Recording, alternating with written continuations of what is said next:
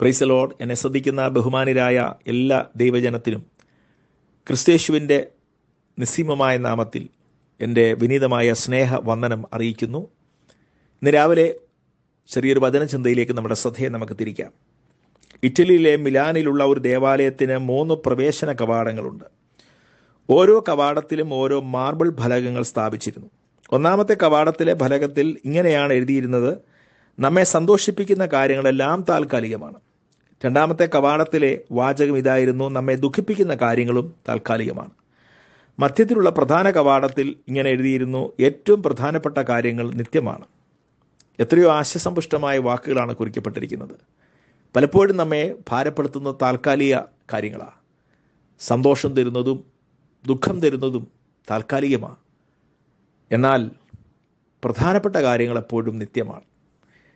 അങ്ങനെയെങ്കിൽ യേശു കർത്താവ് പറഞ്ഞ ഒരു പ്രധാനപ്പെട്ട കാര്യത്തിലേക്ക്, കർത്താവിൻ്റെ ഉപദേശത്തിൻ്റെ ഏറ്റവും മാർമികമായ ചില സത്യങ്ങളിലേക്ക് നമ്മുടെ സമയത്തെ നമുക്ക് വിനിയോഗിക്കാം. മത്തായിയുടെ സുവിശേഷം 11-ാം അധ്യായം 28 മുതൽ 30 വരെയുള്ള വാക്യങ്ങൾ അതിനാധാരമായി വായിക്കുന്നു. അധ്വാനിക്കുന്നവരും ഭാരം ചുമക്കുന്നവരുമായുള്ളവരെയും എല്ലാവരും എൻ്റെ അടുക്കൽ വരുവീൻ, ഞാൻ നിങ്ങളെ ആശ്വസിപ്പിക്കും. ഞാൻ സൗമ്യതയും താഴ്മയുള്ളവനാകിയാൽ എൻ്റെ നുകം ഏറ്റുകൊണ്ട് എന്നോട് പഠിപ്പീൻ, എന്നാൽ നിങ്ങളുടെ ആത്മാക്കൾക്ക് ആശ്വാസം കണ്ടെത്തും. എൻ്റെ നുകം മൃദുവും എൻ്റെ ചുമട് ലഘുവും ആകുന്നു. വളരെ പ്രസിദ്ധമായ ഒരു വാക്യമാണ് നമ്മൾ ഇവിടെ വായിച്ചിരിക്കുന്നത്. യേശു കർത്താവിൻ്റെ പരസ്യ ശുശ്രൂഷ കാലയളവിൽ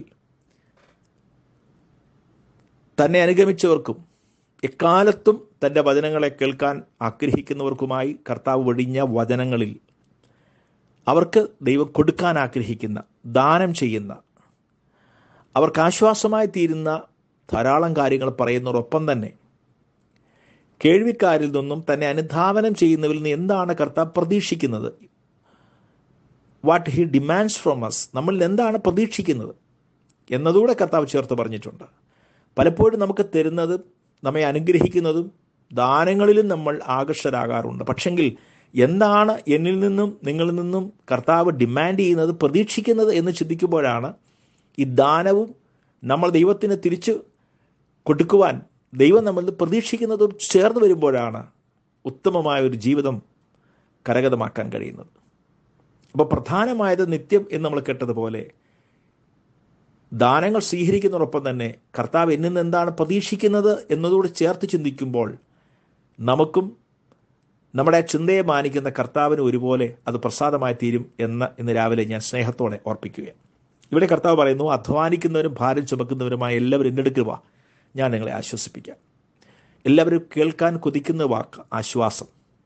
കാരണം മത്സരബുദ്ധിയുള്ള വളരെയധികം തീഷ്ണമായ ഒരു ലോകമാണ്, സമ്മിശ്ര അനുഭവങ്ങളുടെ ഒരു ലോകമാണ്. അവിടെ ഇറ്റാശ്വാസം നമ്മളെല്ലാവരും കൊതിക്കാറുണ്ട്.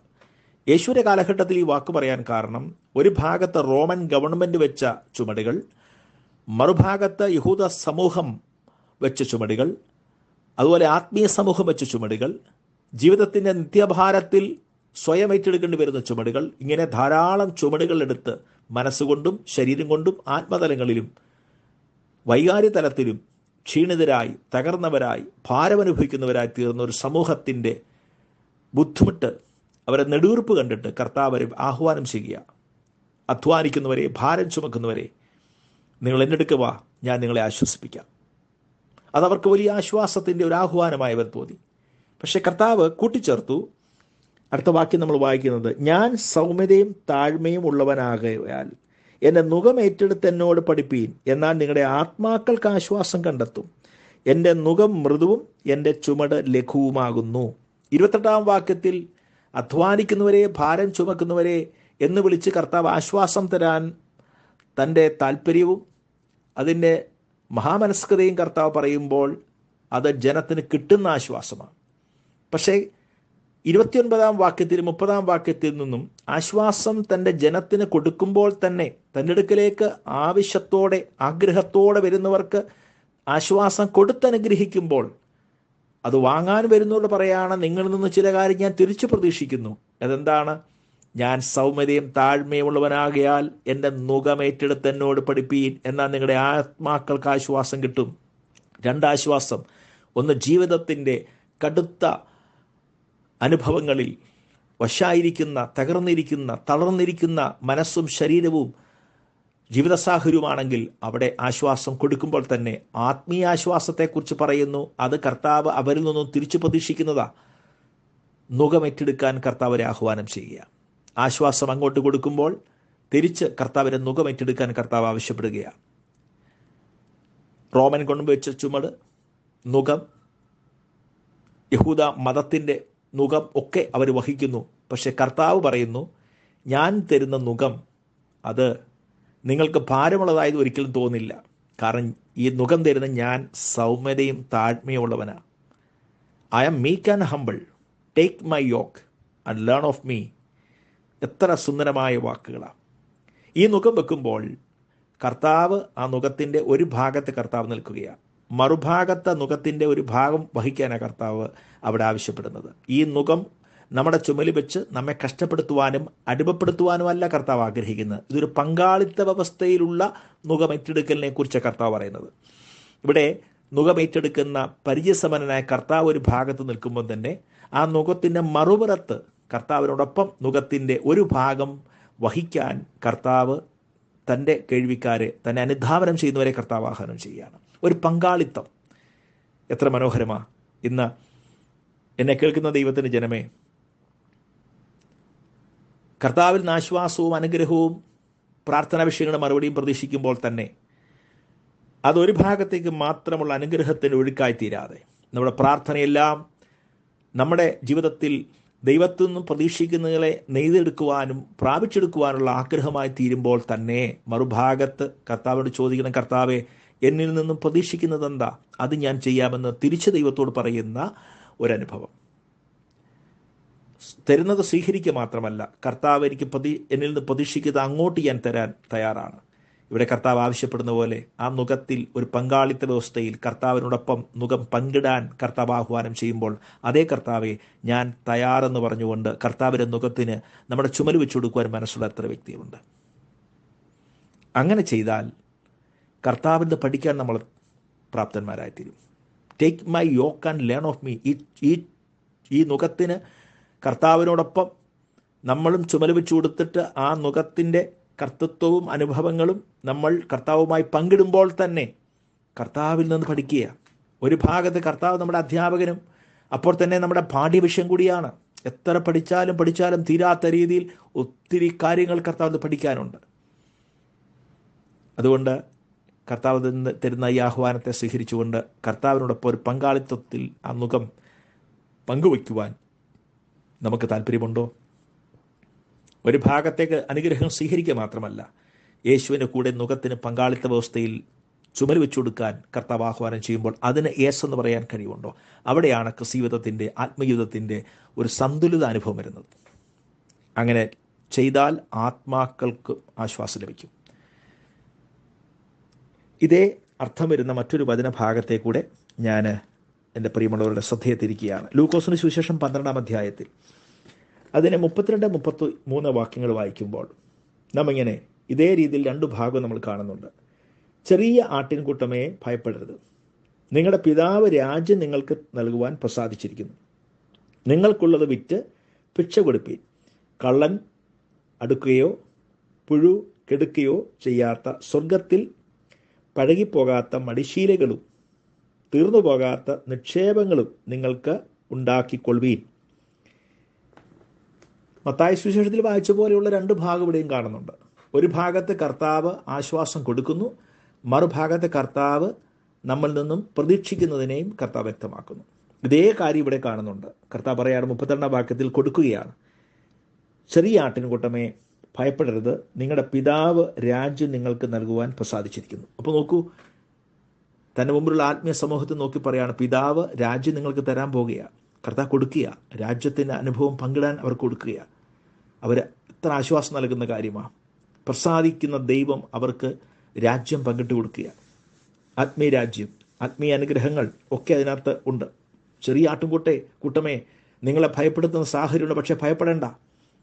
നിങ്ങളുടെ പിതാവ് രാജ്യം നിങ്ങൾക്ക് പങ്കിട്ട് തരുവാൻ ആഗ്രഹിക്കുന്നു എന്ന് കർത്താവ് ഇവിടെ പറയുക.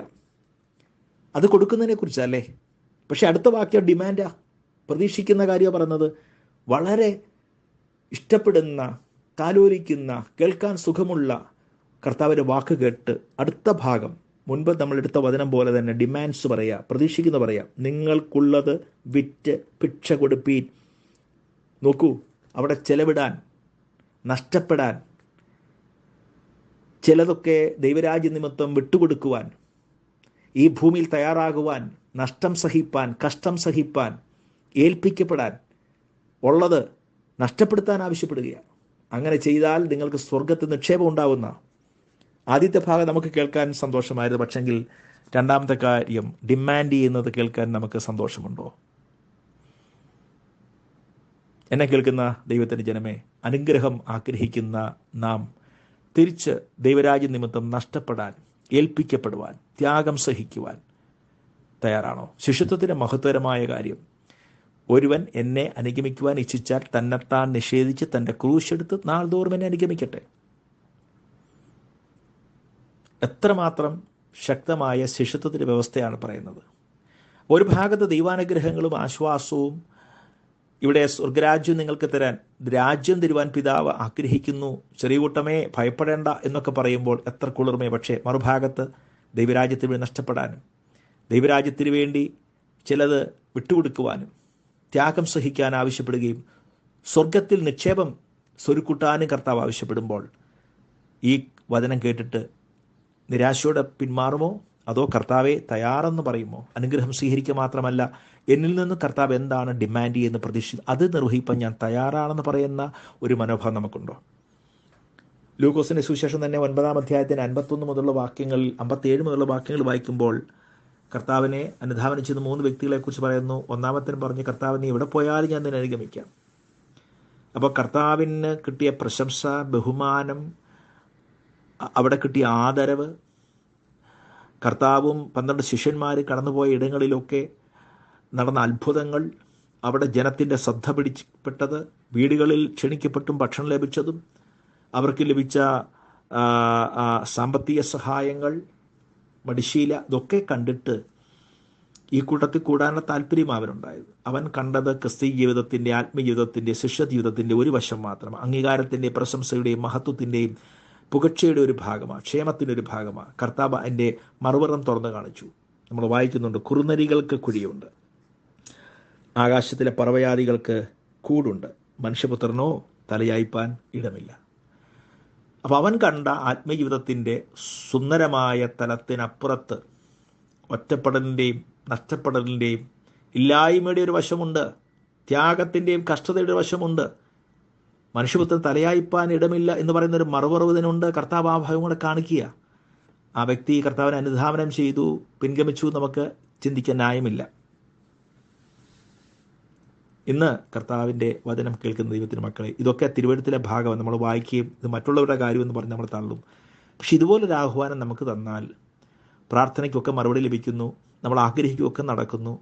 സമൃദ്ധമായ ജീവിതം, ആരോഗ്യം, ഭാവിയുടെ ഭദ്രത, ചുറ്റുപാടുകളൊക്കെ ഭദ്രം, കുഞ്ഞുങ്ങളുടെ ജീവിതമൊക്കെ നന്നായി മുന്നോട്ട് പോകുന്നു, ഒക്കെ എല്ലാം സുഭിക്ഷം എന്ന് ചിന്തിക്കുന്ന ഒരു മനസ്സിൻ്റെ കുളിർമയുടെ അനുഭവം എല്ലാം പ്രാർത്ഥിച്ചു നേടി, ഞാൻ ഉപവസിച്ച് നേടി, കർത്താവ് എനിക്ക് എൻ്റെ ജീവിതത്തെ മാനിച്ചു, എന്നെ അനുഗ്രഹിച്ചു, എൻ്റെ കണ്ണുനീര് ഉപവാസവും പ്രാർത്ഥനയുടെ ഫലമായതൊക്കെ എന്നൊക്കെ നമ്മൾ അഭിമാനപൂർവ്വം പറയുമ്പോൾ നഷ്ടപ്പെടലിൻ്റെയും ത്യാഗത്തിൻ്റെയും വിട്ടുകൊടുക്കലിൻ്റെയും മറുപുറം കർത്താവ് നമ്മോട് ആവശ്യപ്പെട്ടാൽ, ഡിമാൻഡ് ചെയ്താൽ, അവിടെ യേശ് എന്ന് പറയുവാൻ കഴിയുന്ന ഒരു പക്വത മനസ്സ്, അതിനുള്ളൊരു സമർപ്പണ മനസ്സ് നമുക്കിന്ന് വരെ ആർജിച്ചെടുക്കാൻ കഴിഞ്ഞിട്ടുണ്ടോ എന്നിന്ന് രാവിലെ നമുക്കൊന്ന് നമ്മെ തന്നെ സ്വയശോധന ചെയ്യാം. ഒറ്റ ഭാഗം കൂടെ പറഞ്ഞതിൻ്റെ വാക്കുകൾ ഉപസംഹരിക്കാം. അപ്പോസ്തല പ്രവൃത്തിയുടെ പുസ്തകം 9-ാം അധ്യായത്തിൽ ശൗൽ കർത്താവിനെ അറിഞ്ഞു, പൗലോസ് എന്ന അനുഗ്രഹീതനായി മിഷണറിയായി രൂപാന്തരപ്പെടുമ്പോൾ അനന്യാസിനോട് പറഞ്ഞ്, അനന്യാസ് പൗലോസിൻ്റെ ശിരസിൽ കൈവച്ച് പ്രാർത്ഥിക്കത്തക്കവണ്ണം നിയോഗിച്ചയക്കുമ്പോൾ കർത്താവ് അനന്യാസിനോട് പറഞ്ഞ, പൗലോസിനെക്കുറിച്ച് പറഞ്ഞ തൻ്റെ ജീവിതത്തിൻ്റെയും ശുശ്രൂഷയുടെ 2 പുറങ്ങൾ, അതാണ് നമ്മൾ ചിന്തിക്കുന്നത്. അപ്പോസ്തല പ്രവൃത്തി 9-15-16 വാക്യങ്ങൾ. ഒരു ഭാഗത്ത് അപ്പോസ്തലനായ പൗലോസിനെ കാത്തിരിക്കുന്ന പ്രശംസനീയമായ ഉയർച്ചയുടെ, മഹത്വത്തിൻ്റെ, ശ്രേഷ്ഠതയുടെ ശുശ്രൂഷയുടെ വശമാണ്. അതിലൊരു മറുപുറം കൂടിയുണ്ട്. ആ രണ്ട് പുറങ്ങളും കർത്താവ് അനന്യാസിനോട് പറയാണ്. 9:15 അപ്പോസ്തലപ്രവൃത്തിയുടെ പുസ്തകം. കർത്താവ് അവനോട്, നീ പോക, അവൻ എൻ്റെ നാമം ജാതികൾക്കും രാജാക്കന്മാർക്കും ഇസ്രായേൽ മക്കൾക്കും മുമ്പിൽ വഹിപ്പാൻ ഞാൻ തിരഞ്ഞെടുത്തിരിക്കുന്ന ഒരു പാത്രമാകുന്നു. എത്ര അനുഗ്രഹീതമായ ഒരു പ്രവചനദൂത.